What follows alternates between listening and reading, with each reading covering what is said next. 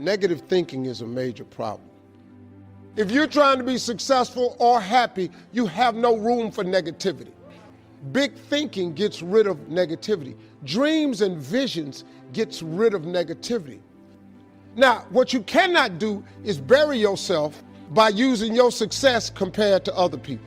See, success is not how far you got, because somebody always further than you. Success ain't how far you got. Success is how far you got from where you started. God said a man is as he thinketh. We are how we think. You have got to change the way you think. It is the whole determining factor of where you go in life. We are all where we are today because we thought ourselves to this position. If you don't like the position, think yourself out of it. I do not deserve the good measure that flows with success. I just don't deserve it. I just can't see myself as being in this position. I don't deserve it. This often comes from things that people said to you or about you.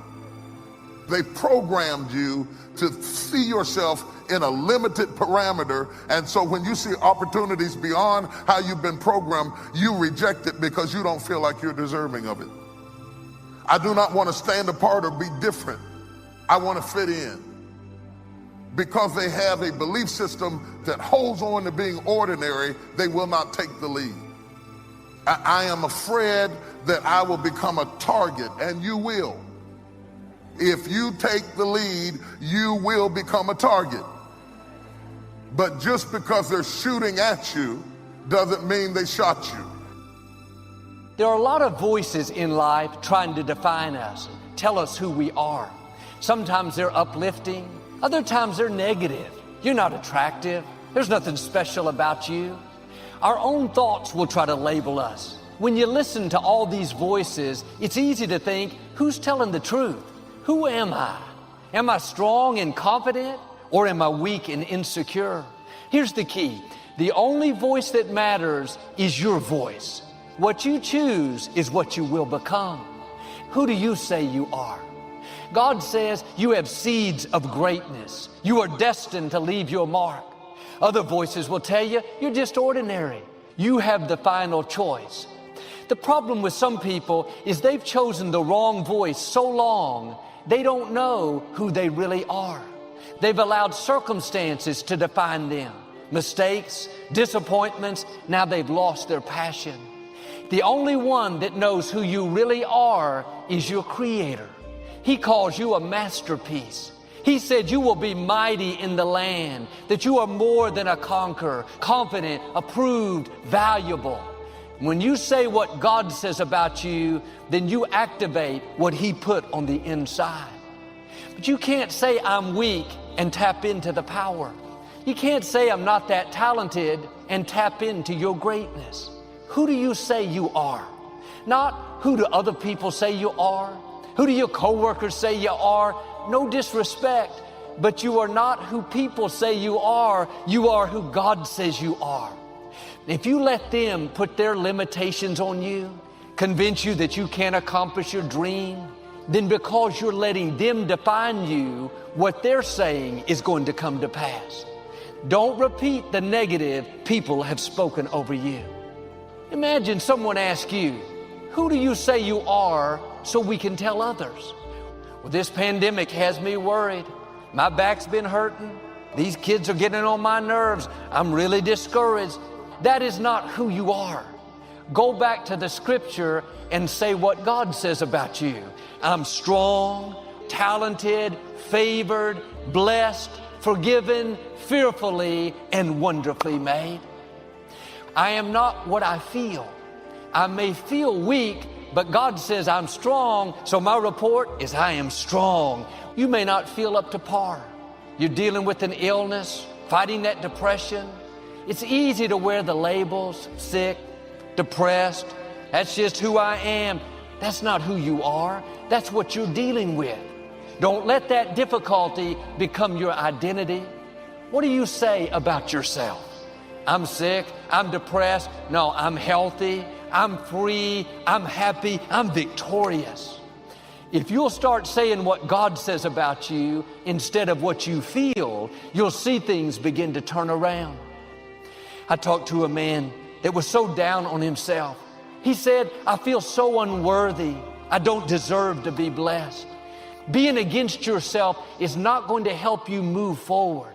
The enemy is called the accuser. He'll remind you of every mistake you've made. He'd love for you to wear these labels, unworthy, no future. I told him what I'm telling you. As long as you see yourself unworthy, it's going to keep you where you are. Why don't you say what God says about you? I'm forgiven, my past is over, and my future is bright. Who do you say you are? What you say overrides all the others. Now quit saying negative things about yourself. I'm so overweight. I'll never get out of this neighborhood. I'll never break this addiction. You're going to become what you believe. What you say about yourself is going to become a reality. I'm just average. You're going to be average. When the truth is, God didn't make anyone average. But as long as you believe you're ordinary, you won't shine like you're supposed to shine. When Moses was born, the scripture says he was no ordinary child. As he grew up, he could sense his destiny was to deliver the Israelites out of slavery. But he made a mistake. He spent 40 years in hiding. I can imagine those voices told him how he blew it. He could have worn the labels, failure, too late. But deep down, he could hear that still small voice telling him, this is not how your story ends. There is greatness in you. Just because you've made mistakes doesn't mean that stopped your destiny. What stops us is when we start wearing the negative labels. We quit pursuing our dreams. When you were born, God said the same thing about you as He did Moses. This is no ordinary child.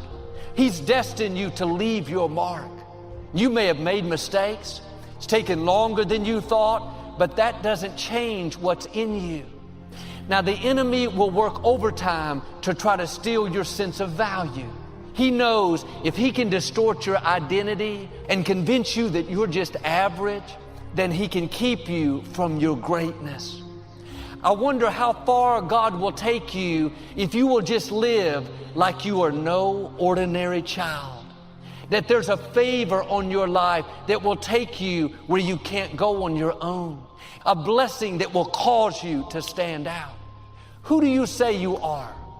You have royal blood flowing through your veins. What's trying to stop you doesn't have a chance. God being for you is more than the world being against you.